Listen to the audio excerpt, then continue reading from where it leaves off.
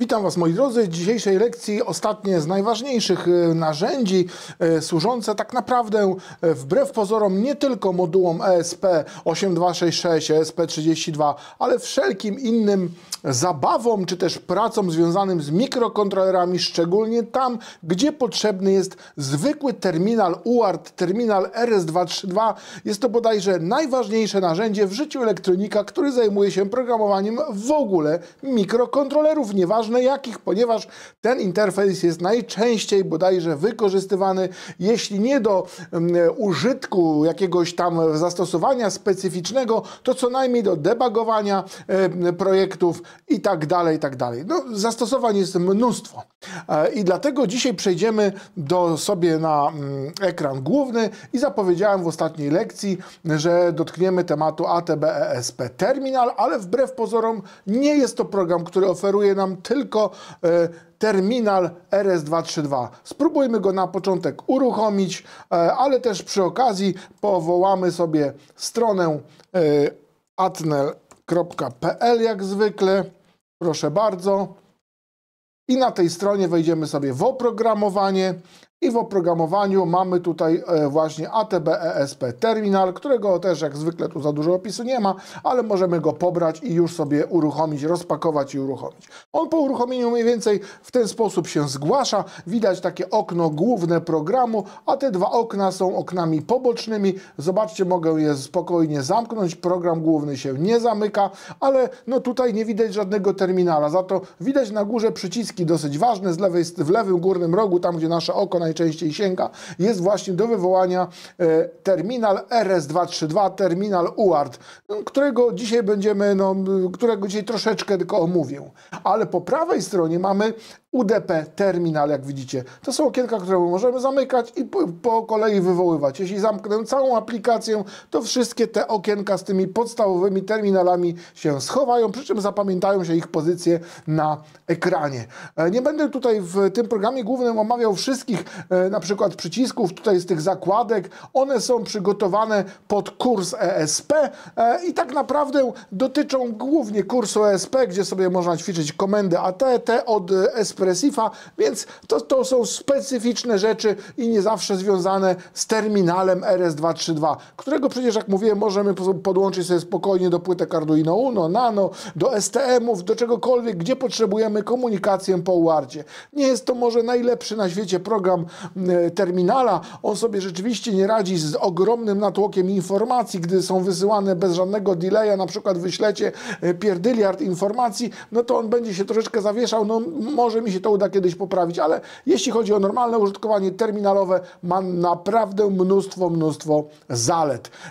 Za chwilkę sobie jeszcze omówimy parę szczegółów dotyczących samego terminala UART-owego, terminala UDP, słuchajcie, bo jest również, jak widzicie, terminal UDP do komunikacji UDP, który zawiera przy okazji zarówno UDP serwer, z którym może wbrew pozorom, jak niektórym tłumaczyłem, że serwer UDP oczekuje na połączenie, natomiast klient UDP potrafi wysyłać dane. Ale musicie wiedzieć, że na PC-tach, na dużych maszynach, jak odpalimy serwera, to równie dobrze go można zastosować do inicjowania połączenia do jakiegoś innego serwera, więc tu nie ma zmiłuj się, tu są takie dwa ptaszki, ale że on może działać właśnie as serwer, tylko wtedy serwer musi być uruchomiony, prawda? Stop, albo AS klient, wtedy serwer nie musi być uruchomiony i wszystko, co wyślemy z tej linii, jakieś komendy AT, jakieś dane, to one polecą za pomocą klienta, zostaną wysłane i tak naprawdę nastąpi za chwilkę rozłączenie.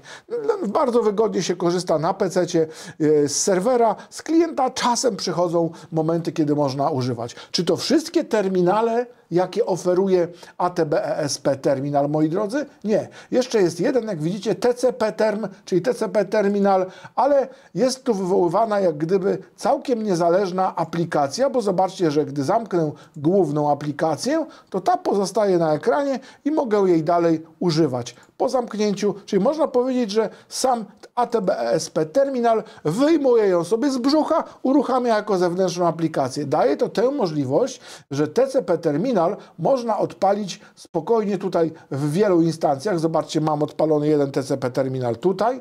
Klikam jeszcze raz TCP terminal. Mogę tutaj go ustawić. Jeszcze raz TCP i tak dalej, i tak dalej. Mogę wiele okien TCP terminala, niezależnie wywołane terminale. Po zamknięciu głównej aplikacji te terminale sobie wiszą, a w nich mamy oczywiście dostępny terminal w stylu TCP serwer oraz klient TCP.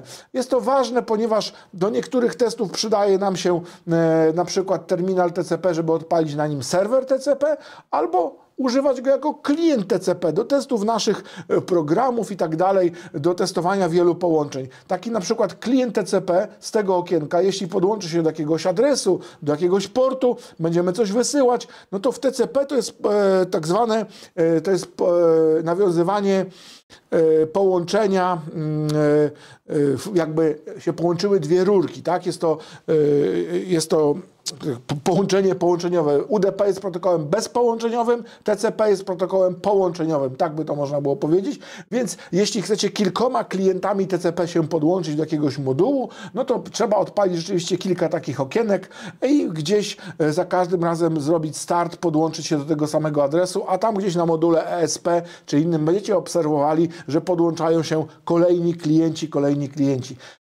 Te terminale TCP są trochę ubogie, jeśli chodzi tutaj o różne możliwości, gadżety, od po prostu start, stop, wyślij jakiś tekst, tutaj się pokazują odbierane teksty, bardzo proste, nie ma tu żadnych takich udogodnień jak w tych terminalach, ale też nie czarujmy się, te terminale TCP troszeczkę są rzadziej używane, ale jeśli kiedyś będą potrzeby, a wy coś fajnego wymyślicie, to może je troszeczkę jeszcze tutaj udoskonalę. Zamknę na razie każde z tych okien i powrócimy teraz do omówienia pokrótce terminala RS-232, a później UDP. Zobaczcie, gdy uruchomiłem sobie terminal RS-232 uartowy, mogę to okienko główne zmniejszyć i na ekranie mieć taki pojedynczy, można powiedzieć, terminal, tak jakbym pracował z programem PuTTY, Realterm, Hercules, wiele innych terminali, prawda? Wybierzecie, który chcecie.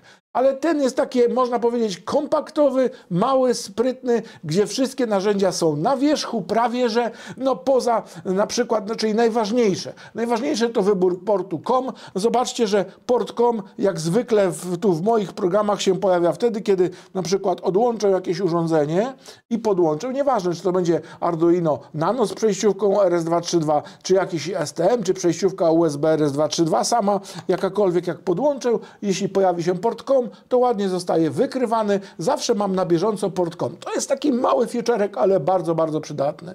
Na wierzchu mamy ustawianie prędkości, ale i kiedyś w zasadzie tylko to było ustawione, bo transmisja była typu 8N1, czyli 8 bitów danych, 1 bit stopu i bez parzystości, ale w przypadku, kiedy napisałem oprogramowanie typu MKSTM Bootloader, zaszła konieczność, żeby korzystać na przykład z bitu parzystości albo zmienić trochę parametry, to też od pewnego momentu, od którejś tam wersji pojawiło się tutaj oprogramowany ten przycisk, gdzie można sobie ustawić wprawdzie. Nie zmienimy bitów ramki, zawsze będzie ten terminal obsługiwał tylko 8 bitów danych, czyli jak potrzebujecie terminala do nietypowych ramek 7-bitowych i tak dalej, to musicie skorzystać z innego, a jeśli stosujecie tutaj typowy, to proszę bardzo, bity danych 8, ale już bity stopu można ustawić sobie, zmienić albo 1, albo 2. W przypadku niektórych innych potrzeb może być konieczność ustawienia bitu parzystości lub bez parzystości, albo w ogóle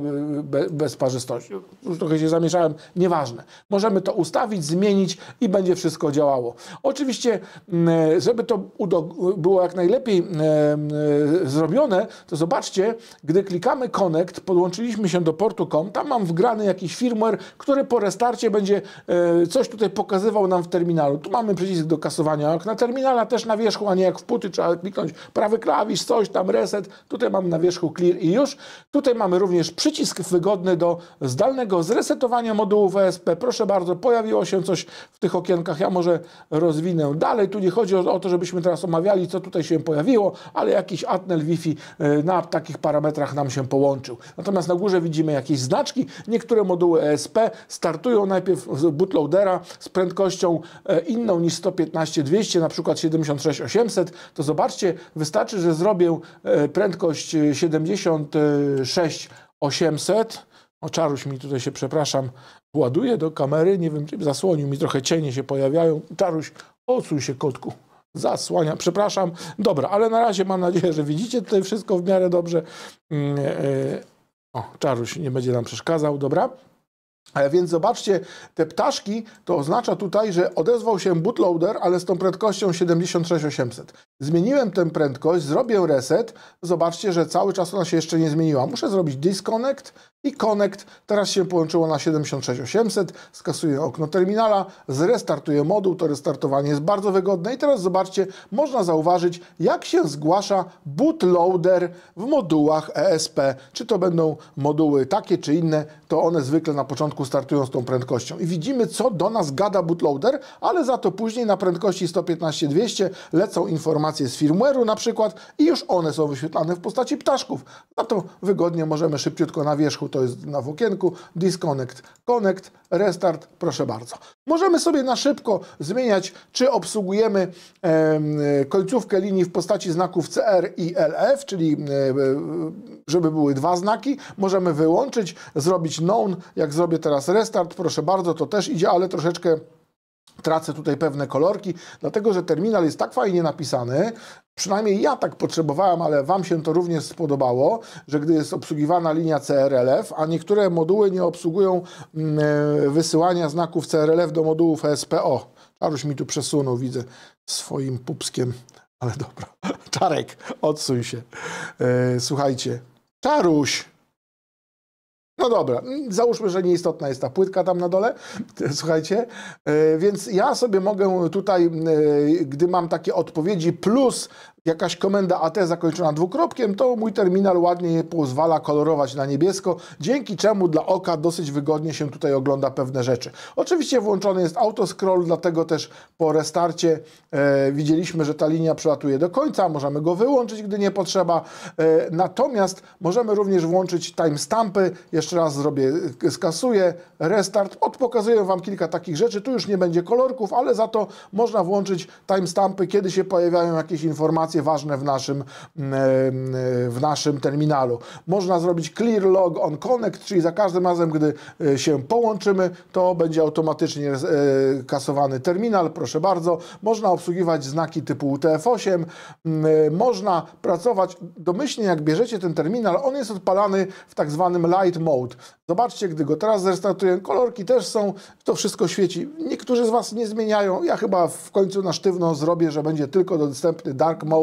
Tak o wiele lepiej wygląda, proszę bardzo, wprawdzie kolorki zniknęły, ale jak zrestartuję moduł, to już wszystkie kolorki się pojawiają. Mogę pokazywać sobie znaki tutaj ASCII, które się pokażą lub nie pokażą, jakieś tylko włączę autoscrolla, clear, zobaczcie, szybciutko się bawię, też Was zapraszam do zabawy, on wtedy może inaczej wyświetla gdzieś te znaki, ale to jest akurat najmniej istotne. Można pokazywać znaki CRLF po restarcie, proszę bardzo. Czasami w niektórych przypadkach te znaki coś tam nam przeskakują, więc to jest taka opcja, powiedzmy, testowa jeszcze, no ale widać mniej więcej, gdzie się pojawiają znaki końca i nowej linii. Czasem bywa przydatne, żeby zaobserwować, szczególnie gdy sami piszemy jakieś oprogramowanie. Fontu tutaj nie zmienimy w tej chwili, ponieważ na sztywno ustawiam font Courier New, tylko możemy jego wielkość zmienić. Wcześniej można było wybierać inne fonty, domyślny był Arial, nieproporcjonalny, nie zmienialiście tego i bardzo, jak robiliście potem screenshoty, to były źle widoczne. Słuchajcie, oczywiście tutaj można wysyłać komendy AT, na przykład jakiekolwiek komendy, nawet jak sobie własne jakieś oprogramujecie, ale one są również zapamiętywane w tym miejscu. Zobaczcie, mogę zrobić komendę ATZ, czyli zrestartuj mi moduł. Jeśli oczywiście jakiś moduł wasz czy inny obsługuje, klikam komendę. W tym przypadku widzicie, nastąpiło zresetowanie modułu do wartości fabrycznych, wszystko się uruchomiło i mamy historię ostatnio wydawanych komend, co jest też bardzo pomocne. Niektórzy, którzy jeszcze się nie spotkali z tym terminalem, wysyłałem. No, myślę, że bardzo polubicie tę opcję tych ostatnio wykonywanych komend. Jeśli jakaś komenda, na przykład, zobaczcie, będzie wysłany jakiś tam głupawy tekst, sobie wyślemy, proszę bardzo, nieistotne, czy on jest potrzebny, czy nie, tu jest error, czy nie będzie errora, to jest nieistotne. I ta komenda się też pojawia na liście i potem nam przeszkadza, prawda? To taką komendę na bieżąco możemy wybrać sobie gdzieś z listy i kliknąć tutaj ten koszyk na śmieci, tą komendę zniknęliśmy, nie ma już jej na liście, będziemy obsługiwali inne komendy. Za dużo tutaj chyba nie ma co mówić, tu jest jeszcze restartowanie modułów ESP za pomocą komendy AT, czystej AT plus RST, od Espressifa komenda, czyli nie sprzętowy reset, to jest sprzętowy reset, to jest wyjście z trybu transparentnego i tak dalej. No czyli widać, że ten terminal ma parę zabawek dołożonych szczególnie dla użytkowników, którzy lubią się bawić modułami ESP8266, ale nie tylko. Dla modułów ESP32 też to ładnie obsługuje. Zobaczcie, wprawdzie, Czaruś, ty mi się teraz musisz posunąć, bo ja muszę szanownym studentom pokazać tutaj. Modulik wezmę teraz, zobaczcie, tutaj ESP32C3, taki mam pod ręką, podłączę go i zobaczymy, jak on wystartuje. Proszę bardzo. On pojawił się na komie 9, kliknę Connect, zrobię Clear, zrobię restart sprzętowy, o, i tak on sobie startuje. Tutaj też postarałem się, żeby nasz terminal obsługiwał kolorki, które on wysyła w standardzie ESP. One nie zawsze dobrze, idealnie działają, gdzieś tam mają czasami te końcóweczki, takie 27, o, tutaj ich nie kasuję, ale generalnie ładnie obsługuje kolory. Też możemy z modułami ESP32 używać tegoż terminala. No, Czaruś się znowu tam wkokosił, ale nam nie zasłania kamery, to dobrze.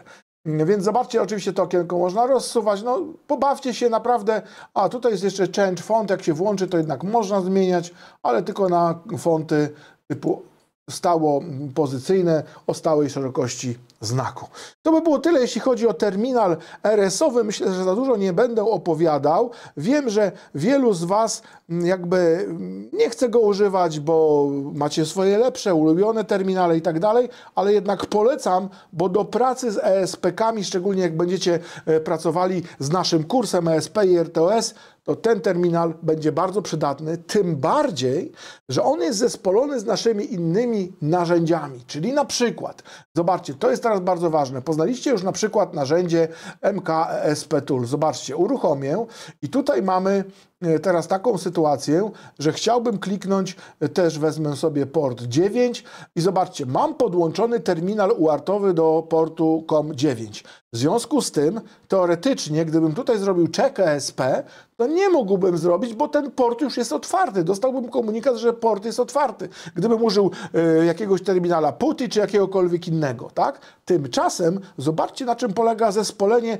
tych aplikacji innych z naszym terminalem. Klikam check ESP, widzicie, zrobił się sam disconnect, ten sprawdza, wszystko podłączył i od nowa sam się automatycznie połączył, jeśli był podłączony. Więc to jest, powiem Wam, rewelacja. Przy programowaniu na przykład mikrokontrolerów AVR z Eclipse'a, gdy używacie moich narzędzi, tak samo jest, aż miciarki przechodzą po plecach, jest to mega wygodna opcja, że terminal ładnie się sam rozłącza, kiedy programujemy procka przez bootloader. To samo dotyczy takich programów jak MK Bootloader na przykład, który, zobaczcie, wezmę sobie tutaj na ekranik, wezmę sobie tutaj i teraz wiadomo, no, to jest, wywołałem bootloadera dla AVR-ów, nieistotne, ale załóżmy, że przejdę na RS232, wybiorę port COM9 i chciałbym kliknąć BLS Info, czyli przycisk, który spowoduje, że wyślę jakąś komendę do portu COM, żeby odpytać, jaki tam jest procek AVR. No nieważne, że nie mamy AVR-a. Chodzi tylko o to znowu, jak współdziałają te programy. Takiej współpracy nie macie pomiędzy programem PuTTY, pomiędzy programem jakimś tam Realterm i Herkules i wszystkimi innymi. Zawsze trzeba żmudnie wchodzić, klikać tutaj najpierw disconnect, czyli rozłączać terminal po to, żeby użyć innego narzędzia, które chce dostać się do tego samego portu. A tymczasem, uwaga, klik, zrobił się disconnect, no akurat tutaj mi nie włączy się, zrobił się, skończył robić, nie dowiedział się że nie odpowiada mu AVR, no bo AVR-a nie ma, a ten się znowu włączył. A więc zobaczcie, no ta opcja, no powiem Wam, że wiele osób, gdybym teraz zabrał nasz terminal, no to za samą tą opcję by mi ludzie ręce obcięli, nie chwaląc się, jest to tak wygodna opcja. A więc ta opcja jest używana w takich programach jak MK Bootloader, STM, MK Bootloader dla STM-ów 32, również moi drodzy MK ESP Tool, Atnel Wi-Fi Tools również jest tutaj używany. Omawiamy dzisiaj wprawdzie narzędzie ostatnie, poważne, takie duże ATB ESP Terminal, bo ono zasługuje na oddzielne omówienie krótkie, natomiast tutaj mnie też pytaliście już po poprzedniej lekcji mailami: Mirku, a te dwa programy to też są przecież narzędzia napisane do kursu, z tego co wiemy. Tak, ale one są w kursie omówione gdzieś tam dalej w lekcjach, więc no tych nie będę tu oddzielnie narzędzi omawiał, bo to nie są nowe narzędzia, działają tak jak były w pierwszej edycji kursu, to nie ma tutaj za dużo zmian. Tak samo z pierwszej części kursu był program do obsługi kamery. Ale dobrze, wróćmy do naszego terminala. Na dole sobie możemy dowolne okno tutaj, dowolne okno wywołać. Teraz chciałbym włączyć sobie UDP Terminal. On działa na podobieństwo terminala RS232. Trzeba troszeczkę wiedzieć, o co tu chodzi, jeśli chodzi o włączanie. Natomiast znowu ma parę gadżetów specjalnie pod moduły ESP. Jakie to gadżety? Otóż jeśli potrzebujemy wyszukać jakiś moduł ESP, który istnieje w sieci, żeby tutaj podać jego adres IP, a nie pamiętamy, to ostatnio w jednej z ostatnich wersji programu pojawił się taki przycisk z lupką, który powoduje, że on ładnie wyszukuje moduły ESP, nie tylko ESP, nawet stare moduły Atnel Wi-Fi w otoczeniu sieciowym. Widać, że w tej chwili nie ma żadnego, ale jak podłączę sobie, tutaj Czaruś, mam nadzieję, że się nie obrazi, znowu mu troszeczkę będę ogon miział, o proszę bardzo, podłączę moduł atnelowski i jeszcze raz zrobię wykrywanie lupką, to zobaczcie, już on tam musi się tylko tylko on nie jest podłączony do sieci Wi-Fi, to go nie znajdziemy w tym momencie, ale widzieliście, że inne się znajdują. Zobaczcie też, że ta lupka działa na podobieństwo, tak jak jest w programach MK Bootloaderach naszych od dawna. Tutaj też mogę klikać sobie Search Wi-Fi i tutaj również znajdują mi się różne moduły w otoczeniu sieciowym. A więc bardzo wygodna opcja również w terminalu, moi kochani, UDP pod kątem właśnie modułów Wi-Fi ESP-kowych. Jeszcze jest kilka gadżetów specjalnych pod kątem modułów Wi-Fi, takich z firmwarem Atnel, z naszej firmy, z tym specjalizowanym. Tutaj też tego nie będę w szczegółach omawiał, ale do tego jest taki ptaszek ATCMD, który pozwala zmieniać automatycznie porty, na których otwieramy jakieś tam urządzenia. Zobaczcie, że tutaj podobnie mamy kasowanie komend, jak się spodziewacie. Mamy okienko z podglądem wszystkich komend, mamy kasowanie okna terminala, wysyłanie, mamy również możliwość zmiany fontu, light albo dark mode, pokazywanie znaków CRLF. Oczywiście tutaj dla terminala UDP mamy możliwość określania, jakie będzie obsługiwał znaki końca linii. Czy w ogóle przy UDP najczęściej nie trzeba obsługiwać CRLF, ale to zależy od implementacji tego programu, jaki piszecie. Przy czym, uwaga, przy UDP bywa istotne, czy obsługujemy te znaki końca linii przy odbiorze, czy przy nadawaniu. I proszę bardzo, tutaj mamy znaki, sobie ustawiamy końca linii dla odbioru albo dla TX, inne okienko, takie niebieskawe, czy mają być generowane automatycznie, czy nie. Proszę bardzo, pamiętajcie o tym ptaszku tutaj przy tym terminalu. Te terminale sobie siedzą cały czas w pamięci, gdy program główny jest uruchomiony i bardzo łatwo wtedy testować tak zwane tryby transparentne w modułach ESP. Gdy ustawimy go w tryb transparentny i ustawimy tam sobie socket jakiś UDP, to bardzo pięknie widać komunikację z poziomu terminala RS2, coś wysyłamy na nogi RX, TX, powiedzmy modułu ESP i to gdzieś powinno być wysłane, no właśnie na taki adres IP, na przykład na taki port i wlatuje nam to do terminala UDP. W związku z tym z terminala UDP Trach też coś możemy wysłać, poleci to na adres z powrotem naszego modułu ESP i powinno się pojawić na nogach RX-TX, czyli w terminalu RS232. Bardzo fajnie to się testuje. No, to jest takie combo po to, żeby robić testy. Niesamowicie w kursie do tego właśnie niesamowitym uzupełnieniem jest również tenże terminal TCP, w którym możemy sobie testować wielokrotność połączeń i tak dalej, ponieważ no tutaj już jest, to mówię, protokół połączeniowy, bo wtedy mi zabrakło słowa protokół połączeniowy, więc muszą się powiązać te rurki. ESP ma zwykle kilka możliwości, więc no Po to jest taki komplet pełny narzędzi, a więc w nazwie programu głównego mamy ATB-ESP Terminal, ale zapamiętajcie, że on posiada aż 3 rodzaje terminalów. 3 rodzaje terminali, jak zwał, tak zwał, przy czym terminale TCP mogą być wywoływane wielokrotnie. Tutaj tylko jedna instancja terminala RS-232, jedna instancja terminala UDP, choć czasem bywa, że potrzebne Wam są 2 terminale UDP na jednym komputerze.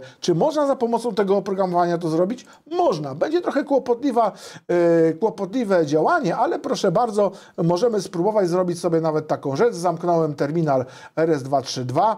Zróbmy tak, że tutaj sobie w tą stronę przysunę okienka jednej instancji programu głównego. Odpalony jest terminal na tym adresie i na tym porcie.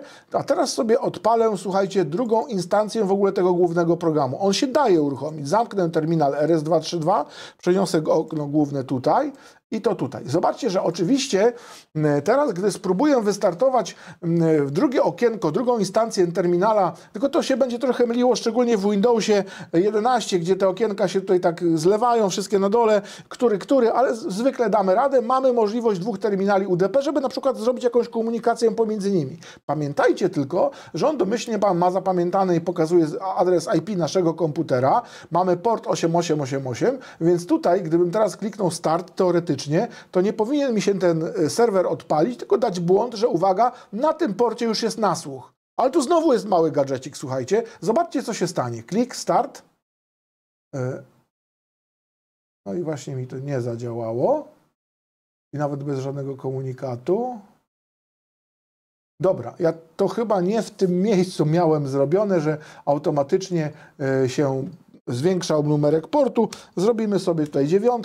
Teraz zrobimy start. O, dobra, mamy wystartowany terminal i teraz proszę bardzo, chcielibyśmy wysłać cokolwiek z jednego terminala do drugiego. To zobaczcie, muszę wpisać ten adres, czyli z ręki go wpiszę, bo oczywiście tą lupką nie wynajdę tylko moduły ESP, ale terminale UDP się przydają nawet do komunikacji pomiędzy 2 komputerami, 3 komputerami, telefonem a komputerem. No słuchajcie, to jest naprawdę potężne narzędzie, ten terminal UDP. Tu w tym jeszcze kiedyś dorobię swój własny terminal UDP na Androida, bo tego mi bardzo mocno brakuje, żeby to był taki terminal UDP po mojemu i żeby móc testować komunikację UDP również pomiędzy, a nawet i TCP, pomiędzy telefonem a komputerem. Więc wpiszmy sobie 127, ale chcemy to wysyłać na port 8888. Tutaj sobie wpiszemy raz, dwa.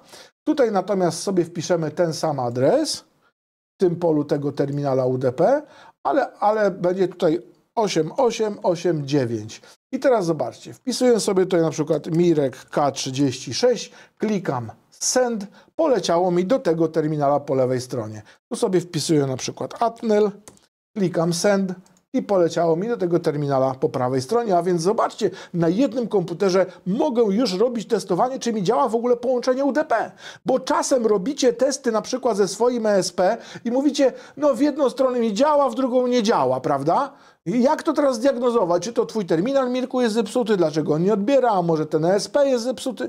Wtedy zawsze trzeba włączyć 2 takie terminale na ekranie UDP, proszę bardzo, i stestować, czy działa połączenie w 2 strony. Jeśli tu działa, a z ESP nie działa w którąś stronę, to kłopotem może być to, że jest gdzieś w zaporze Windows nieudostępniony, w ogóle nieudostępniona ta aplikacja. Trzeba ją tam powiedzmy uruchomić, bo ona, gdy pierwszy raz uruchamiacie ją na komputerze, to ona zawsze się zapyta przy starcie serwera tutaj, że uwaga, czy dodać, czy ma działać w ramach sieci prywatnych, czy publicznych. Czasami jest zaznaczony ptaszek sieci publiczne, to pamiętajcie, sieci publiczne nas nie interesują, zaznaczacie ptaszka, tylko, albo przynajmniej też musi być zaznaczony sieci prywatne i proszę bardzo, wtedy z ESP-ków też się to odblokuje, będzie działało. Zakładam, że oczywiście w ESP wszystko skonfigurowaliście dobrze. A więc widzicie, to jest motyw, żeby mieć 2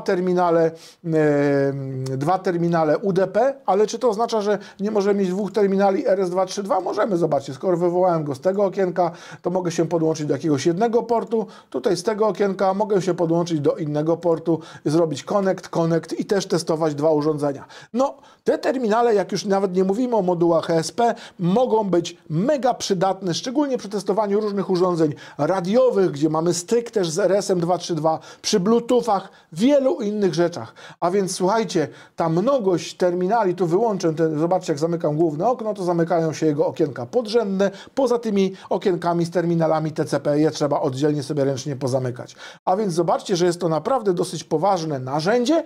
Tych zakładek tutaj nie omawiam, ponieważ one są dokładnie omówione w jednych z pierwszych modułów kursu ESP i RTOS, tam gdzie jest moduł lekcyjny poświęcony obsłudze standardowych komend AT w modułach ESP8266, tak?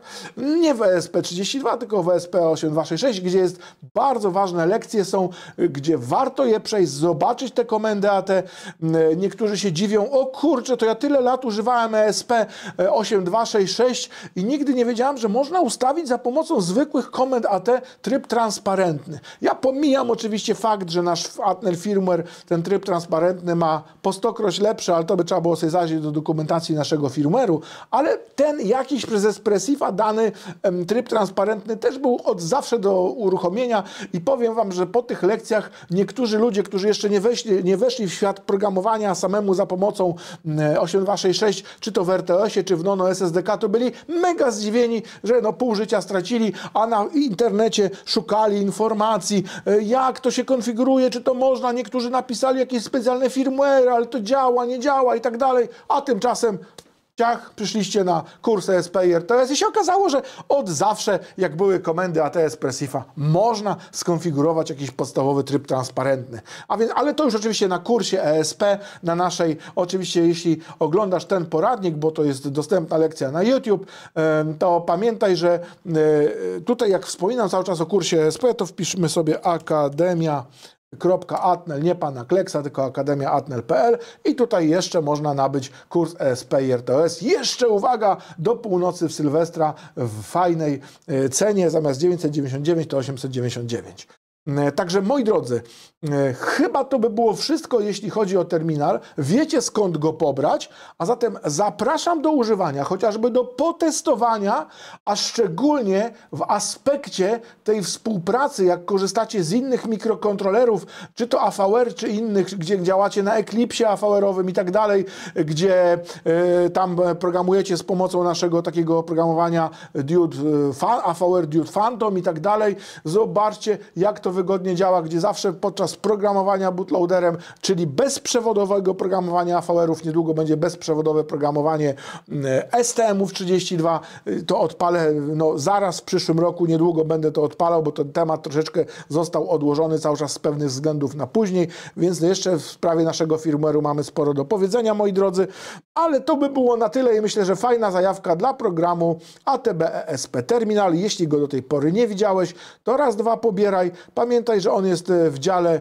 jak sobie weźmiemy jeszcze raz, tutaj wrócimy na atnel.pl, w dziale oprogramowanie i ATB ESP Terminal jest tutaj dostępny do pobrania również, przynajmniej jak na razie za free. Ktoś mi tam na YouTubie zadał pytanie pod filmikiem do poprzedniego programu, gdzie użyłem określenia, że przynajmniej jak na razie jest za free. O Boże, a czy to zaraz będzie odpłatne i tak dalej? Słuchajcie, nie wiem, być może kiedyś. Nie mam pojęcia, nawet mi się nie chce teraz rozmawiać o tym i wymyślać. Tak samo kiedyś myślałem, żeby zrobić jakieś tam oddzielne licencje nowsze dla MKV Calculator Update, a tymczasem od wielu dziesiątek lat ciągnie się jeden MKV Calculator, gdzie się kupuje jedną licencję i macie tą licencję, można powiedzieć, dożywotnią, przez co ja sam sobie strzelam w kolano, a widzicie postępowania innych firm. Ale dobra, trochę już ględzę na końcu. Także na razie są to programy darmowe, ATB ESP Terminal, MKESP Tool i Atnel Wi-Fi Tools. Tu jest jeszcze jakiś stary mój programik MKUDP Terminal, ale on jest o wiele gorszy od tego UDP Terminala, który istnieje w ramach ATB ESP Terminala. Także popatrzcie sobie na inne programy, może wam się coś jeszcze przyda. To by było na tyle naszego terminala. Myślę, że bez własnych ćwiczeń po prostu ciężko będzie Wam wyrobić sobie zdanie, czy jest to terminal przydatny, czy nie. Oczywiście, jeśli będziecie wpadali na jakieś fajne pomysły, co by tu można było jeszcze dodać jako funkcjonalności, to zawsze na Discordzie chętnie przyjmę takie informacje, aczkolwiek nieraz odpisuję, że no niektórych funkcjonalności nie uda mi się wdrożyć, albo od razu naprawić, na przykład tego, żeby ten terminal tam, no trudno powiedzieć. Zawsze będę to oceniał na bieżąco, ale na pomysły chętnie czekam, albo oczywiście na zgłaszanie błędów w tym programie. Więc to by było na tyle, moi drodzy. Ja już uciekam, żegnam się z Wami. Zapraszam na kolejne zarówno lekcje w naszym kursie, w drugiej edycji kursu ESP i RTOS, choć ta lekcja, właśnie mówię, jest darmowa, więc ona się również ukaże, ukaże się, jak ją tylko zmontuję, na YouTube, naszym kanale oficjalnym, a kolejne lekcje już raczej będą nieoficjalne, tylko w ramach kursu. Ale zobaczymy, może gdzieś tam jeszcze którąś przemycę do lekcji oficjalnych.